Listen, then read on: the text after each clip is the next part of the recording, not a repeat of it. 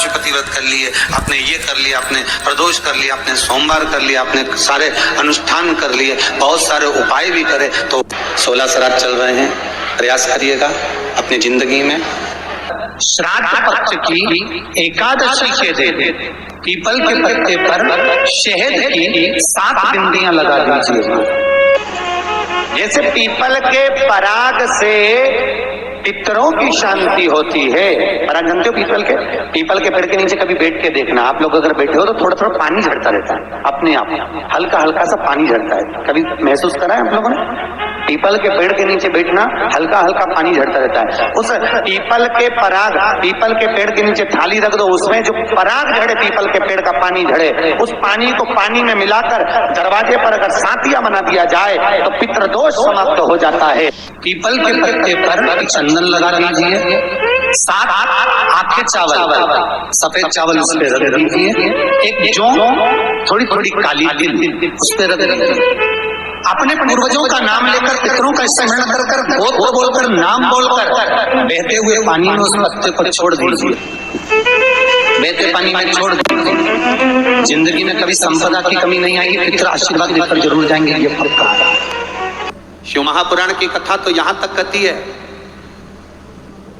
आपके पास में श्राद्ध करने के लिए कुछ भी नहीं है।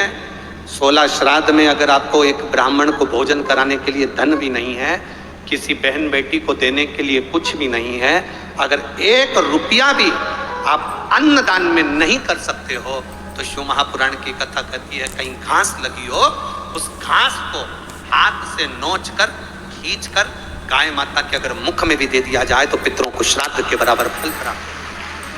गाय के दूध से कैंसर समाप्त होता है, गाय के मूत्र से कैंसर समाप्त होता है, गाय के गोबर के कंडे पर पांव रखकर हल्दी डालकर बैठ जाओ तो शुगर का लेवल डाउन हो जाता है। गाय का एक एक शरीर का एक एक चीज हमारे जीवन को सुख प्रदान करने वाली है।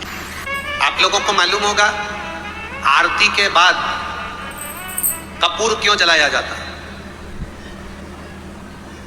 जितने लोग कथा सुन रहे हैं बड़े भाव से उत्तर दें। आरती के बाद कपूर क्यों जलाया जाता है, किस लिए?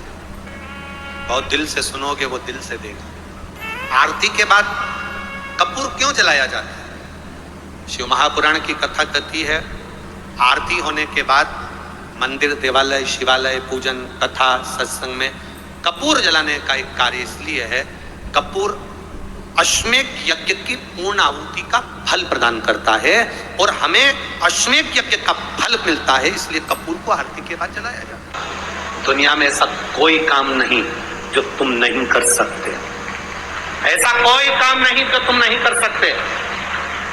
वशिष्ठ बाबा ने वर दे दिया, गाय के गोबर पर जो गाय का घी कंडा जलाकर छोड़ेगा, उसके पितृ, उसके देवता, उसके कुल देवी देवता उस पर कृपा करेंगे और उसका जीवन सार्थक करेंगे। दोष है इसके लक्षण है, घर में अशांति होना, घर में 4-5 लोग रह रहे हैं, जरा जरा सी बात में क्लेश हो, समझ लो पितृदोष है। पितृदोष 1 रुपया कमा कर लाओ, 1.25 रुपए खर्च हो, वो पैसा है हाथ में दिखे ही नहीं, समझ लेना पितृदोष। 4 दिन दुकान अच्छी चले, बाकी के समय बैठना पड़े, समझ लेना पितृदोष। घर में बच्चे चिड़चिड़े हो जाए, गलत संगति में डूब जाए, समझ लो चिड़चिड़ हो रहे हैं, पितृदोष। घर के बच्चे माता पिता का आदर न करें, सम्मान न करें, तेज आवाज में बात करें, समझ लो पितृदोष। पितृदोष मालूम पड़े, और इतने से भी अगर आप नहीं समझ सकते, परिवार पर कोई एक व्यक्ति जब जब भोजन करने बैठे तब तब उसकी थाली में बाल आए, भले वो होटल में खाए तो भी बाल आए, वो कहीं खाना खा रहा है तो बाल आ जाए। 8-15 दिन में, 4 दिन में, 3 दिन में, 2 दिन में, 6 दिन में आपकी थाली के भोजन में अगर बाल निकल रहा है, केश निकल रहा है, समझ लेना कि पितृ आपसे कुछ मांग रहे हैं, पितृ आपसे कुछ चाहते हैं। क्योंकि पितृ बोलते नहीं आता, केवल घर का व्यक्ति जब भोजन करने बैठेगा सब अच्छे से बनाया, सब अच्छे से करा, फिर भी थाली में अगर बाल निकल रहा है। और कोई व्यक्ति ऐसा होता है जिसकी थाली में बार बार बाल आ रहा है, वो कितने के लिए पत्नी को भी कह दिया, परिवार को भी कह दिया, तो वो होटल में खाएगा तो बाल आ जाएगा, अचानक आ जाएगा, पहले पानी पिएगा तो आ जाएगा, कुछ खाएगा तो बाल आएगा, 8 दिन में 15 दिन में 6 दिन में उसके भोजन में बाल आएगा ही आएगा। समझ लो पितृ कुछ कहना है। ब्रह्मा स्वामी ने ब्रह्मा जी से कहा आप क्या चाहते थे? ब्रह्मा जी कहते हैं मुझे यज्ञ करना था, जमीन को लीपना था, कौवे ने अमृत झूठा कर दिया। क्यों चिंता करते हो? अमृत तो अमृत है, कोई झूठा भी कर देगा तो अमृत की शान कहां घट जाएगी? अमृत की क्या शान घटना? आर्यमा स्वामी ने कौवे से कहा तू चिंता मत कर। आर्यमा स्वामी बोले कौवे तू चिंता मत कर, आज मैं तुझको एक कार्य देता हूं। जब 16 श्राद्ध आएंगे, कौवा जिस जीव की जो तिथि होगी, मान लो किसी की चतुर्थी तिथि है, उस चतुर्थी तिथि पर तुझे छोड़ने के लिए पृथ्वी पर पितरों को जाना पड़ेगा। जब उनके छत पर तो पितरों को छोड़ने के लिए जाएगा, कौवा जब तू वापिस आएगा तेरे लिए छत के ऊपर भोजन रखा रहेगा, जिसकी छत पर भोजन रखा मिल जाए उसको तू पाएगा तो पितर तृप्त होंगे। कौवे ने कहा मेरे द्वारा पितर तृप्त होंगे? कौवा नहीं, जब पितर वापिस आएंगे पितृलोक में रहेंगे, उनको 1 वर्ष के अंदर जब भूख लगेगी तब कौवा तू अपनी चोंच में उनकी छत से जो भोजन लेकर आएगा, अपनी चोंच से निकालकर उन पितरों को देगा, जिससे उनका कल्याण होगा और वो आशीर्वाद प्रदान करेगा।